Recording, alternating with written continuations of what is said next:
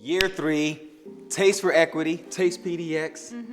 First year was at the Portland Art Museum. Second year we were at the Red at Salmon, and then we are back now at the Red at Salmon again. This time though in a tent. In a tent. Because it's cold outside. Yes. A different setting, but they had the indoor-outdoor flow working. It was nicely set up. It looked like a luxurious evening. I feel like that's how people felt. People were dressed up. They was ready for it.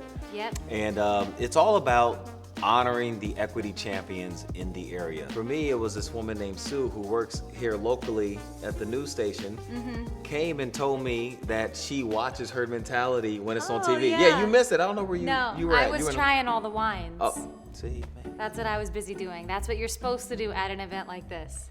So while you were busy doing all that, Sue came up to introduce herself. She said like there was a time when she was walking in her living room and walking past the TV, and she's like, wait, I heard that, I know that voice. And so she watches Blazer games too. Oh, okay. And it made her really happy to kind of make the connection. What happened? Tell me what. I was walking through my living room and I actually sat my tail down to listen. Oh, man. Because I heard you. Oh, that means a lot. I'm trying to tell you. Yes. Oh, thank you. What's your name? Sue Menifee. Brass, I don't know if you know Brass or Childs. Anyway. Okay. Yes, Sue okay. Menifee. Okay, so nice to meet you. Thank you. Thank you. Yeah, I'll be back in here a little bit over the next couple months. Yeah. It's so the way I got connected there was my wife and I do a community-based show. Okay. And so I saw some of it. Yes. yeah. And so we're actually here to film tonight, even this event as well. Yeah. And so we'll put it. Yeah, that's it. That's it. There you go. Go ahead, Sue. Go ahead, Sue. So I'll jump in sometimes on the good stuff, or like just I'll do a recording or go live during one of the news segments at 4 or 5 p.m. Usually with Brittany or Ashley. And so I try to jump in when I can. Yeah. I'm on the road a lot of times though, so I can't get in there as much as I can. Literally, That's all right. we're on the go a lot, but when I can get in, I get in. So I enjoyed it with her, and that got me ready to go.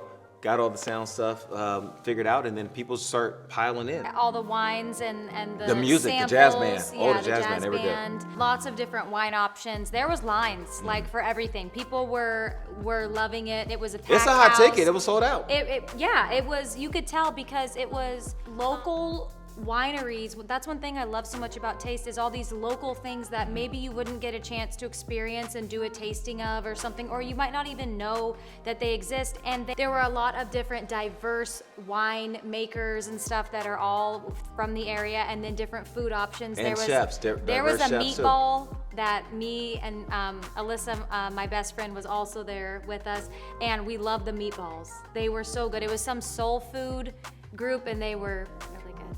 We went back for seconds. When it was time to start the event, boy, it was full. It was a packed house. I was telling Kali, because Kali was trying to figure out how do you get everybody settled. Everybody to find their seats, please. We need you to find your seats and get ready for the program. And if y'all don't do it, she's gonna be mad at me. So I really need everybody to find the seats and get ready for the program. I don't want to have to start calling people out one by one. Krista, we need everybody to find their seats, please. Tiffany, we need you to sit down, please. Put a shot clock on you.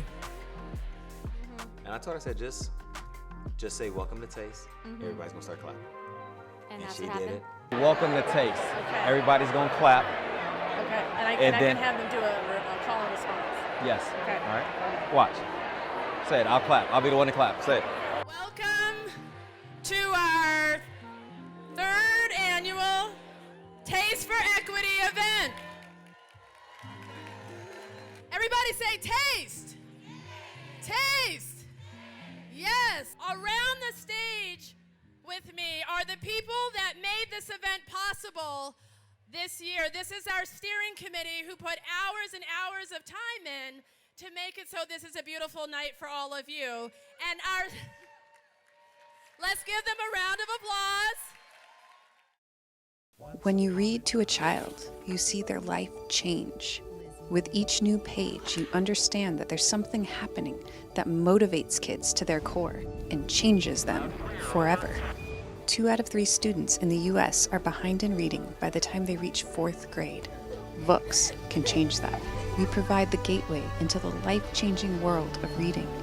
By turning storybooks into an immersive experience, we support all learning types and levels. We have the power to transform the way kids think about themselves and the way they feel about the world around them, all by igniting their love of reading.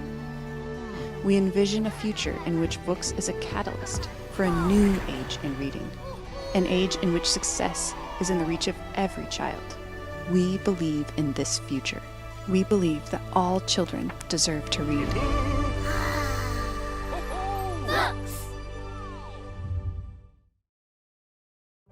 And then we were off and running. My name is Kali-Thorne, lad.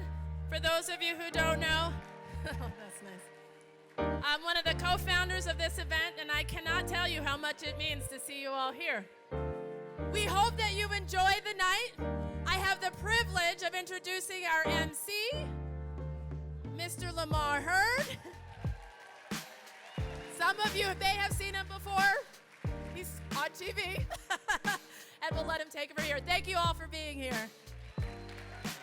I was asked to answer one of the two questions presented to you, and the one I chose to answer is the one of an act of kindness that positively impacted my life because it relates to why I'm here tonight. Portland, but Sue asked me, where am I from? And I told her I'm from Houston, Texas, although now, okay, we got some H-Town people in here. We got right there? Y'all from Houston or y'all just randomly showing love? It works either way. I'm from Houston. When I was 10 years old, I was a kid that was crazy about basketball, and I begged my mom to let me move out of her house at 10 years old. The reason was I wanted to go play basketball at a school that was north of the city of Houston, and the only way I could do it is if I lived with this coach that lived an hour and a half away and stay with him on weekdays, and then I get a chance to go home on the weekends.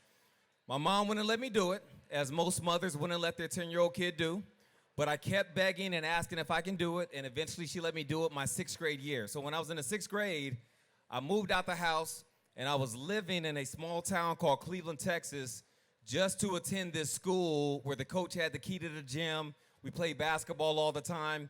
It was a dream come true to me. I spent 7 years there, graduated from the school, and a few years after, I kind of had a chance to realize what happened.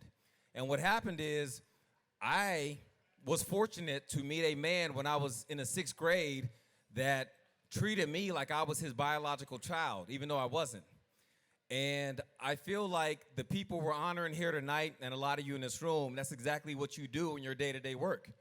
You go to your jobs, you want to help the community, you want to help people with equity, you want to give them love, you just want to be a blessing to them. And so for me, that act from that coach who took me in to live with him without even knowing what it would turn into, that was an act of love that positively impacted me and really was my first example of seeing you can love people who aren't your biological family as though they are. Because of that, I appreciate all the work that you guys do. Seeing the people get honored, get to come up on stage And give for their like work. a speech. Give a That's speech. what's so great is it's like an award show.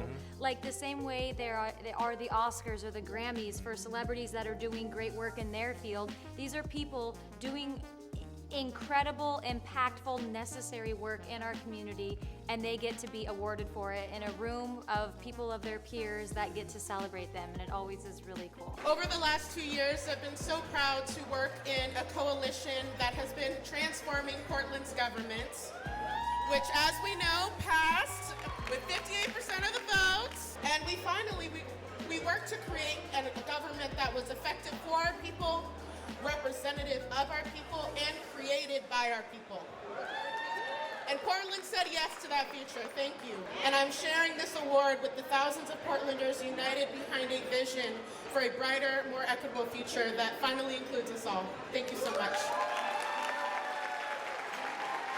I am Marcus Mundy. I'm the Executive Director of the Coalition of Communities of Color.